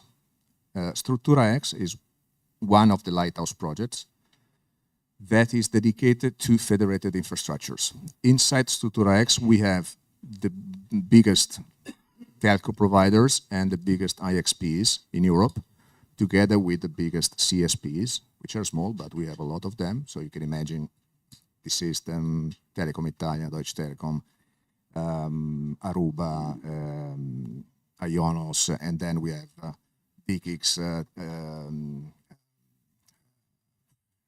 Topics, Dynamics, all the IX, so the Internet Exchange providers. And they are working exactly to develop the mechanisms to federate network, storage, and compute. Some of the mechanisms are very basic. I don't want to get into the technical stuff, but based on creating virtual clustering through Kubernetes, so creating liquid infrastructures, and that applies also to the network, but there is also different mechanisms to federate the networks and create, let me say, work groups through IXPs. In other words, yes, there's a lot going on in specific working groups that are addressing specifically the problem of networking, storage, and compute, which are the basis of the infrastructure. About the data exchange to the network, it will take, first of all, it will take years. I mean, there is no secret here. The vision that I push and that we are pushing, that will be something close to the data roaming that we have with our mobile phones. When I left France 2 days ago, went through Germany, Slovenia, Slovakia, I never had to sign an agreement with any of the telco and still I have internet on my phone. and they know who I am, and I will be invoiced for that. How could we enable a system similar for data when we include all the regulation and all the topics that we've covered before about privacy, the consent, the authorization, and so on? It requires a new data exchange format. If we want that to not be centralized, it means that we need to make sure that it's tamper-proof. So also a lot of cryptographic primitives and hardware, software hardware attached to that. I mean, this is an entire new ecosystem that will have to be built around data exchange, like this notion of data roaming, and it will take some time. Very proud to be part of this initiative and to have the challenges on working on that. Yeah, one last sentence to that one. There is this Ipsa-Itzis project from, have you heard about it? Ipsa-Itzis. Okay, so that project takes care about the Edge Cloud Continuum, and some projects in there, funded projects or co-funded projects, are also taking care about data roaming. And this is also a project that is very close to us, because on the pieces that we are responsible for, it's based on Gaia principles, but you cannot, one association cannot solve all the topics. So I think we are focusing on trust and interoperability more or less. Emil, sorry, question, sorry. So my name is, it's working. My name is Roman Behul. So I will just come back from let's say the general applications and overall to some sectoral specifications. And my point of interest is now energy, because we spoke about automotive, etc. Energy is the sector when there is a huge exchange on data. At the time being when all the European countries, they have ambitions to connect all the decentralized resources coming from renewables, etc., to the working existing networks, energy networks, and that this is really based on exchange of data in order to control this, yes, properly. So if there are use cases or in mind you have in some project ideas, or there are real some projects, they are dealing with really energy sector first, and maybe especially with, let's say, this issue I just mentioned. I will be very short. Yes, we have a big working group on energy as a vertical. We have one lighthouse project which is very important, which is Gaia-X. And inside this, and the consortium running this project is made by the largest energy providers, as you can imagine, that are members of the organization. You can go on the website, and we can provide you, Martina can provide you the link, but you can easily see the use cases that this is addressing, and there's a lot of the use cases that you are mentioning. You can imagine there is a lot of them, so balancing the grid, combination of renewable and fossil tracing, carbon footprint, all of them are there. So, yes. Thank you. So now I will be happy to invite one more time Mr. Peter Švec, our State Secretary from Ministry of Economy, to say our final words. And after, exactly, Madame Rybanska, the invitation to Alicante will come. Thank you. Yeah.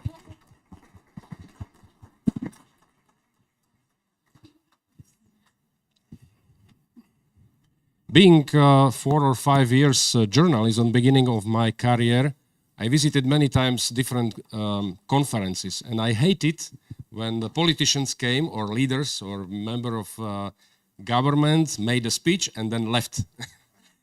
I always had a question, so they came just to tell something and not getting the reflection.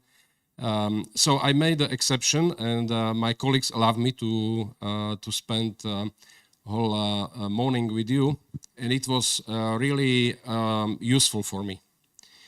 Many important things what I learned can be useful, or could be useful for us, definitely for Slovakia, and it's up to us how we will deal with that. I mean, us as representatives of government, and you represent many representatives of business.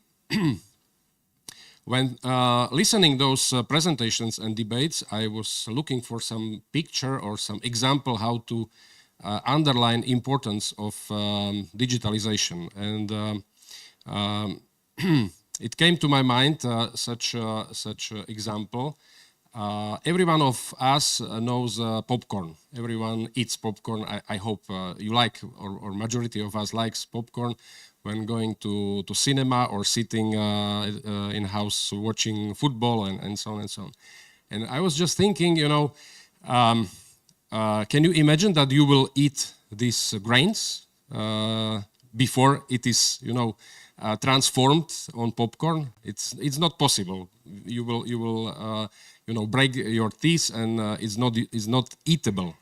But for changing it on really fine popcorn, you need some conditions for that. You need a right vessel, you need oil, you need to set it on right degrees, on right hot level, I would say. And then it changed in one moment for fine popcorn, which we like and which we enjoy. And this is generally the picture or example of importance of digitalizations, because this is the objective of digitalization, to create right conditions so that all players in industry, in economy, which have the physical products or service and many datas which are there somewhere hidden but not shared. And when we create right condition in this field, in digitalizations, to make it accessible, to make it to share it each other, and trust is very important in this process. Then we can enjoy more the profit of our work, of our activities in different fields, in different sectors, and so on and so on. So I don't know if this picture is right, but that was something what came to my mind, and what gives me importance of digitalizations, how important it is for the economy. So and the second and the last point, as I said on the beginning, that I don't care the date of elections, because administration should work regardless of any elections. The same meaning I have for cooperation between ministries. I don't care who is who and who is where. The important thing is to cooperate together and to think on importance of this country and competitiveness of this country and this economy, because we are on the same board or boat, and our aim should be together to fight for a better place of Slovakia in world economy, in European economy and world economy. We have a potential, definitely we have a potential. We have interesting players in economy. There are beautiful ideas in different fields in economy. There is only lack of cooperation and sharing our ideas. So thank you very much, Francesco. Thank you, Roland and Pierre, and all other players and visitors or participants. Mr. Štefanec as a member of European Parliament, and I see my colleague, State Secretary of Ministry of Agriculture. I'm greeting you. So thank you very much for this time, and I hope it is only beginning of a process which can help us go further. Thank you. Thank you very much, and I hope that we was successful to join 2 ministers, but I see State Secretary of Agriculture, so it will be 3 ministers and the representative of Minister of Education, so it will be 4 ministers, hopefully, and our community, our business. So please, if I may ask thank you very much for the participation, but the invitation of 2 minutes will come now.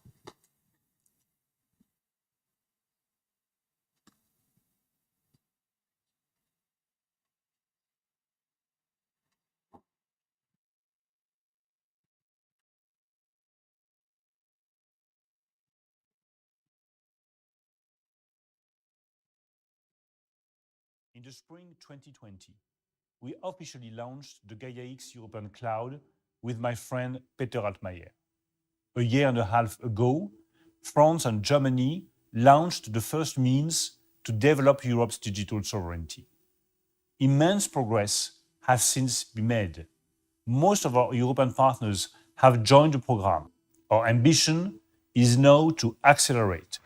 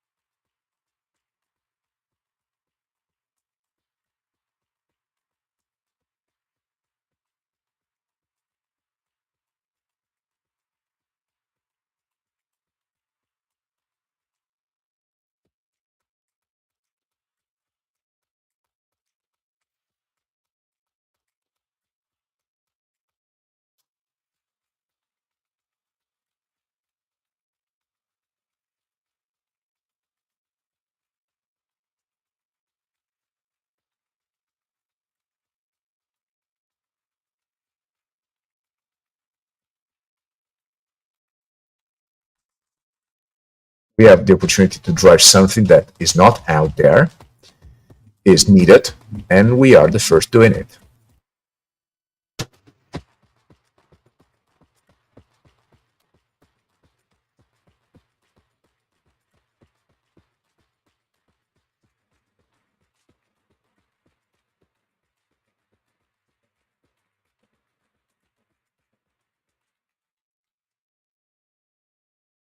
If we want to be in control in Europe of our economy, of our life, of our society, of our public services, of our healthcare, we need to regain control on technology platforms.